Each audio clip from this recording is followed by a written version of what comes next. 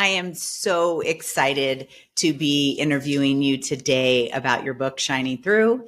And we are both special needs moms, and we understand the trauma that comes with that and the grief that comes with that. And so I am excited to talk about your book. But let's start with just kind of an introduction of yourself.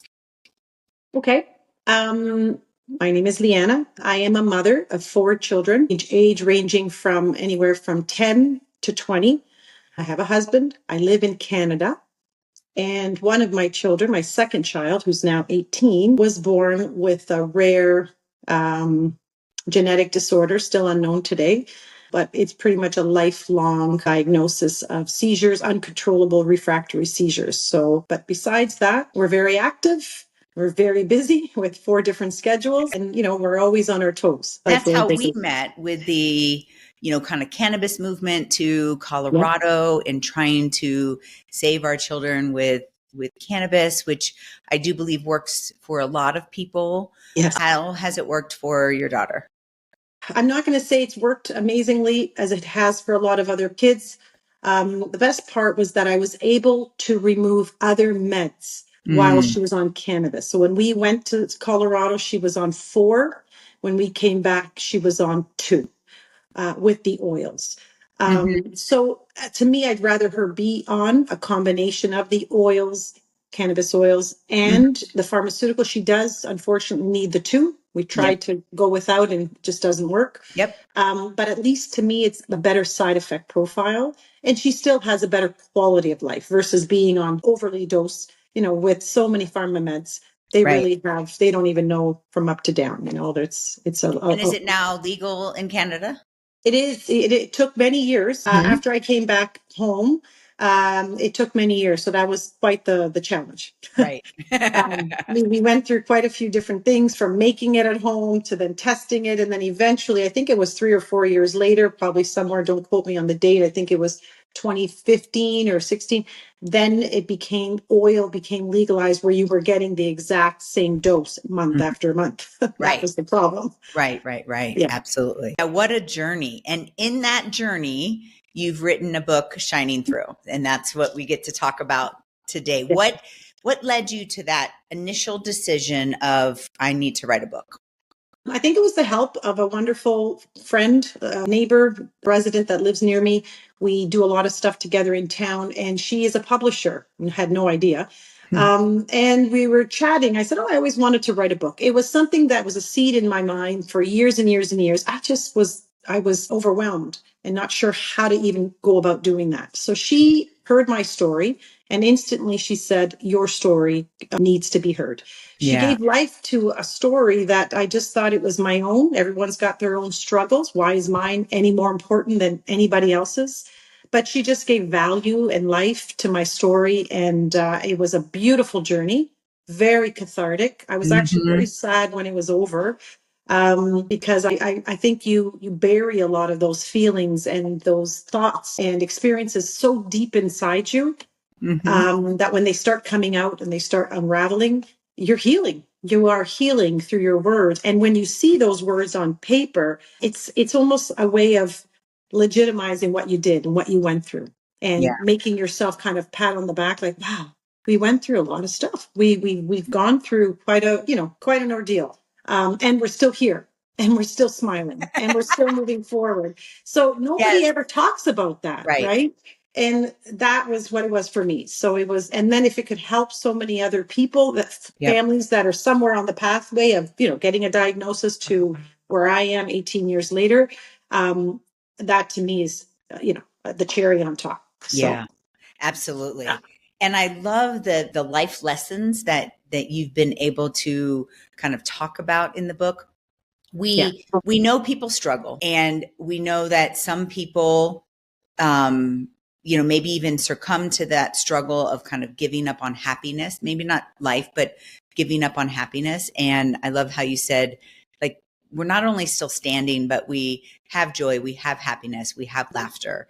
And it's important to find that regardless of your story. So I love that. So I highlighted a few of the chapters that I wanted you to kind of give us a sneak peek into. Sure. Torn between fear and faith. So I think with that is you've got so much fear when you've get this diagnosis, this horrendous diagnosis. It's like you're being sucker punched. And I called one of my chapters Sucker Punch. Out of left field, you're just thrown with this diagnosis and you have no idea how to deal with it or handle it. So the fear is real, and it's fear of every day of what the future is going to look like, and the thought of her life that you had once dreamed and envisioned. Every parent dreams for a certain life for their child, and then those kind of get shattered the instant, the moment that you get that diagnosis.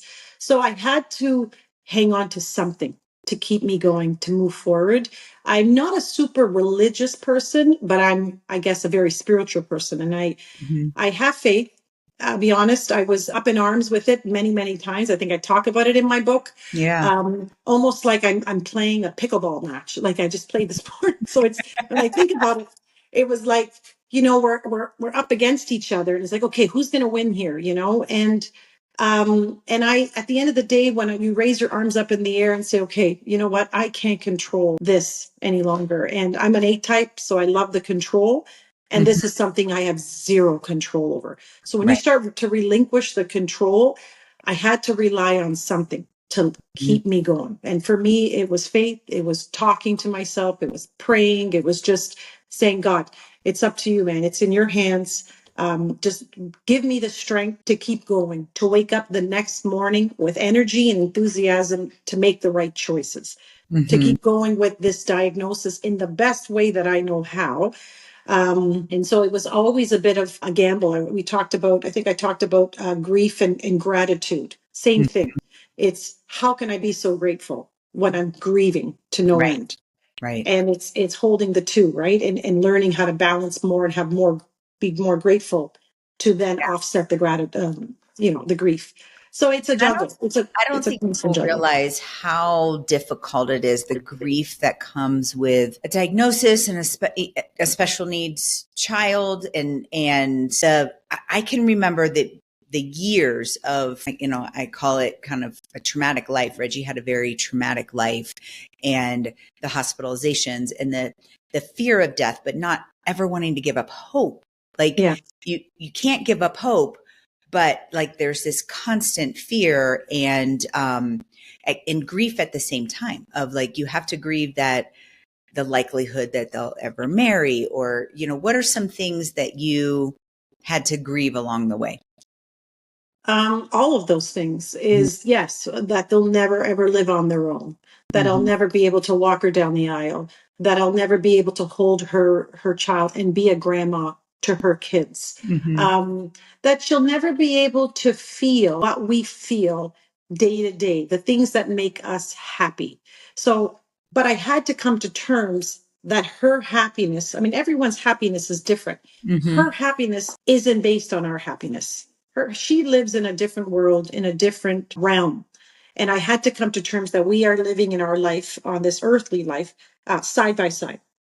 We're not really meant to, like, her life doesn't mesh with ours, and ours doesn't mesh with hers. It did early on, but now as she's 18 and started at 14, she just has to do her own thing.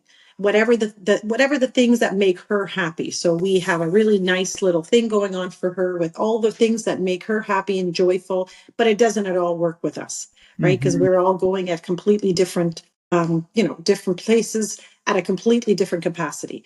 So it's coming to terms that, our happiness is not based on, or both of our happiness isn't the same thing. Different things make us happy. And as long as she's in that circle and she's loved and she has all the things that make her happy, to me, it's winning. And I have to come to terms that the things that we do don't make her happy. They actually make her very stressed. And then with in turn comes seizures. So yeah. And that's, going into the next title, I liked it, redefining resiliency. And I think, we went through this period too, because, kind of dragging our whole family to events to try to, say that we're this family, and then having to come to terms with, one, it's too hard on us and makes it not enjoyable for us, but then also stresses them out, and that it's okay. Like, we can redefine resiliency. It doesn't mean just pushing through and, looking like this perfect nuclear family that happens to have a special needs child in it. Yeah, I agree. I agree. It's pushing different boundaries, creating different ways that bring happiness. We used to have dinner together all the time, probably till she was about 13, 14. And then I guess it's puberty that hits her, a lot more sensitivity, and having little children in the house. They were much younger, the little ones. And it was that chaos that would always produce a seizure at the dinner table. And then everybody is dumbfounded and feel terrible and horrible for her. And then it would end the dinner. Everybody would get up disturbed. And I thought, as much as I want her so much to be a part of this event, it was really myself. It was a selfish act. Mm-hmm. It was me wanting her to be with us. Right. And really, I was doing a complete disservice to her. Mm-hmm. So it's redefining, okay, we got to have new rules here. And it's constantly changing. As soon as you think you're comfortable and things are good, it's like, oh, okay, can't do that anymore. Mm-hmm. So it's constantly changing, right? Yeah. The next one I highlighted was God must hate you. And, it's kind of going back to that spiritual conflict and the fear and faith. And, throughout my whole story, I never didn't believe in God, but I definitely struggled with whether he loved me, right? Like, this whole loving, protecting God doesn't seem like a reality. Talk to me about that struggle with you. Well, that story was my son. We were walking in the mall. It was right before September, before they started school. We're buying, we were buying before school, things like shoes, clothing. And as we're walking through the mall, I had my son in one arm and my daughter, Olivia, in the other arm. And she was making funny noises. She's obviously nonverbal, so she makes different sounds and pretty loud, And my son at that time might have been, let me think, maybe 8, 7, 8, 9. And he was so embarrassed and he was so bothered by that. And he says, oh my gosh, Olivia, stop. And he said, Mom, God must hate you. And I said, whoa. So I was caught out of left field, but I knew where this was going. And I said, okay, Liana, think quick, think fast. Got to give him a good answer. And I said, okay, I know where you might be going with that. And I said, and I thought of that myself many times. Mm-hmm. But it took me a lot of time. It took me a long while for me to realize that in fact, he doesn't hate us. He actually loves us very much. I truly feel deep in my heart, it didn't happen overnight, I'll be honest. It took me years to come to the realization, but I honestly think, Olivia, we were chosen. I truly believe that God handpicked me and my husband to be her parents on this earthly journey, mm-hmm. and my son, Julian, to be her brother. Mm-hmm. He obviously had the blueprint of what her life was going to be like. He obviously knew that if this girl went into this family, she was going to have this kind of a life. And I felt that strongly because I always thought, Olivia could be worse off than where she was at that time. If we were a different type of family, if she didn't have the supports and all the things that we did so early on. So I said, in fact, he doesn't hate us. I actually think he loves us. And then he said, the next question that came out was, do I have to take care of her forever? Like, do I have to live with her for? So mm-hmm. These are things that a poor kid, was trying to struggle with. And I said, listen, I understand your worry and discontent. I said, but it won't be your own responsibility. We're a family. I said, we're all going to teach each other and learn how to make the best decisions for her, not for you, not for your wife or girlfriend, but for her. And and those are things we'll learn with time. And even to this day, I have other little ones and they all ask me the same question. And I just said, listen, we all know what Olivia needs. I don't ever expect you guys to take care of her because she does need full-time care. Mm-hmm. I said, but we all know what she needs, what makes her happy, what makes her tick. So we've got to use those rules and that guideline and help her always have the right care that fits into but we all know what it is, right? So it's, but my husband and I honestly see things a little differently. So if he was on this podcast, he'd probably have a different answer for you. And he's very different. And he still struggles. I think he still struggles. But we're all different, I guess. We deal mm-hmm. with our grief a little differently. Yeah. So. Well, and redefining resilience, like you said, from struggle to superpower. So I think with that, it was, you're struggling to the point where you just, you think you can't take it anymore. You're in your darkest days. And then something else comes up. I think at that point, it was right before we moved to Colorado. My husband, 2 months before, has a heart attack. And I thought, okay, God, really? Do I really need this right before I'm moving everyone and relocating the whole family to Colorado? So you just, again, I dug deep in myself to find that faith, that energy, that, okay, I've got to keep going here because I have a big family here and they need me. And I have no time to feel sorry for myself. Mm-hmm. And I knew he was fine. He got his stent. He was all good, but he had to stay. So I had to continue with my plans to head to Colorado without him because I had this tunnel vision that we've tried everything in the world and under the sun for Olivia, but Colorado was our last hope, as it was for 200 other families. So we went there, with our heart in our hands. And then Colorado, as much as it wasn't as effective for treatment for her, it was the best experience of our life. Like to this day, I could still say it's God's country and it was amazing. And all the people that I met, I still dream about it. And I did that all on my own. Like he You're would going to come make every me once. cry. Yeah, no. It was a Really, very, very special time. it was a very I'll never forget that time. So I think when I came home from that 6, 7 months later, I felt resilient. I felt powerful because you start to look back and you say, holy, I did all of these things on my own. How did I do? When we look back and think, how the heck did we do that? How did I do that I was pregnant. I got pregnant in Colorado. I didn't even know I was already pregnant on the plane.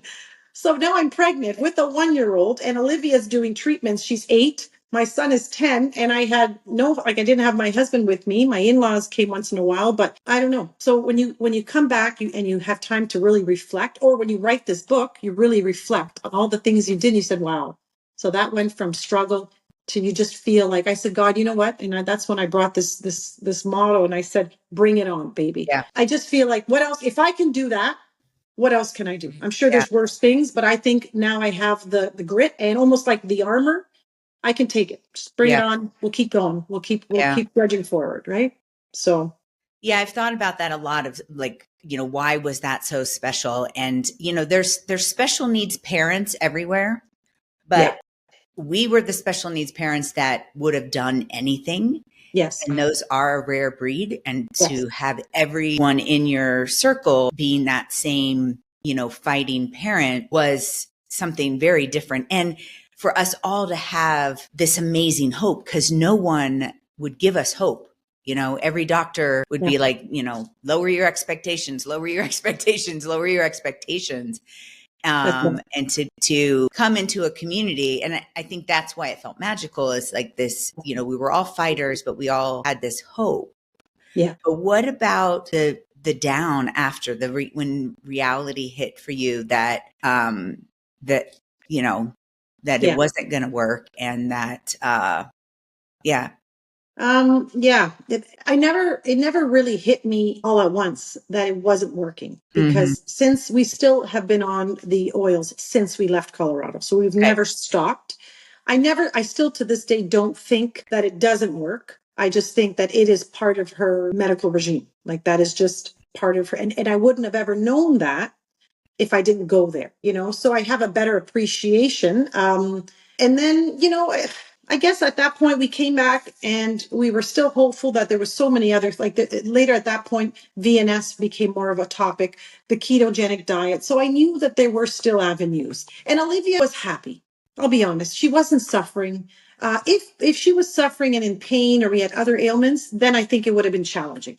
Olivia is always happy. She's always joyful. We refer to her as a butterfly. Like she just floats around life, literally soaring above all the negativity, and she's oblivious to all that.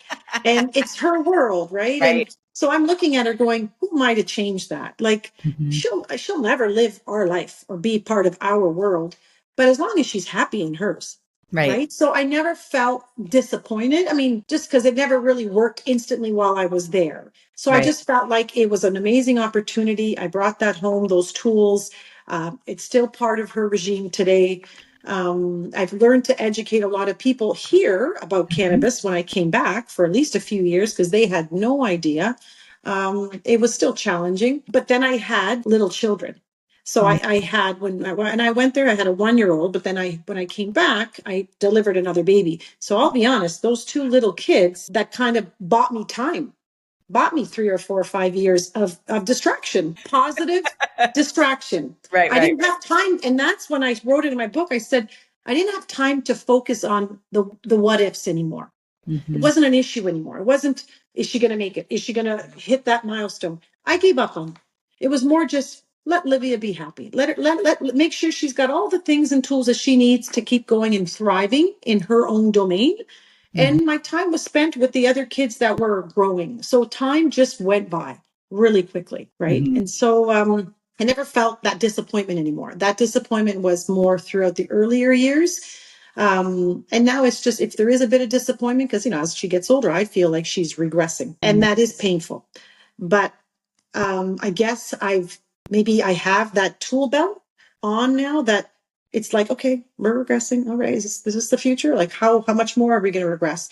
You just learn to kind of like accept it and move on and say, okay, well, we're doing everything we can. So if this is it, this is it. If she's going to be now in a chair all the time, all right, then she's going to be in a chair again, as long as she's happy.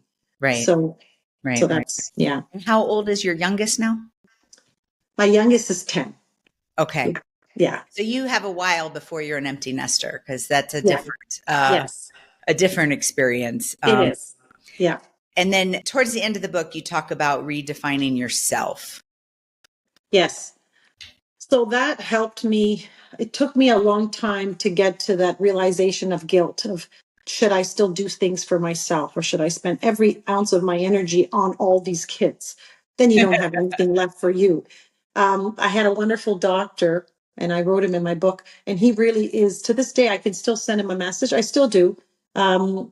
He's a metabolic geneticist, the chief, best of the best. And if I send him a message, he'll literally answer me within minutes, any time of the day. So he'll say, I still remember you and I'm still thinking about Olivia. But he was the one that told me early on when I had these little kids. And he's like, every time I walk in there, he would say, how are you doing?